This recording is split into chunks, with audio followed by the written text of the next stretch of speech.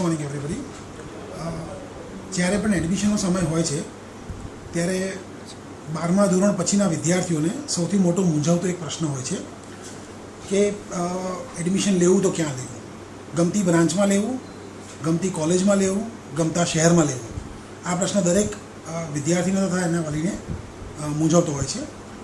તો મારી દૃષ્ટિએ વિદ્યાર્થી જો પોતાની ચોઈસ બાબતે બહુ ફર્મ હોય કે મારે આ પર્ટિક્યુલર બ્રાન્ચમાં જ ભણવું છે તો એણે પોતાની ચોઈસને વળગી રહેવું જોઈએ અને એ ચોઈસમાં એને જે કંઈ પણ સારામાં સારી કોલેજ મળી શકે એ કોલેજમાં એણે એડમિશન લેવા પ્રયત્ન કરવો જોઈએ. એ પ્રમાણે પહેલી નંબરની કોલેજમાં ન મળે તો બીજા નંબરની કોલેજમાં જઈ શકે છે, પરંતુ ચોઈસને વળગી રહે એ વધારે હિતાવહ છે સ્ટુડન્ટના બેનિફિટ માટે.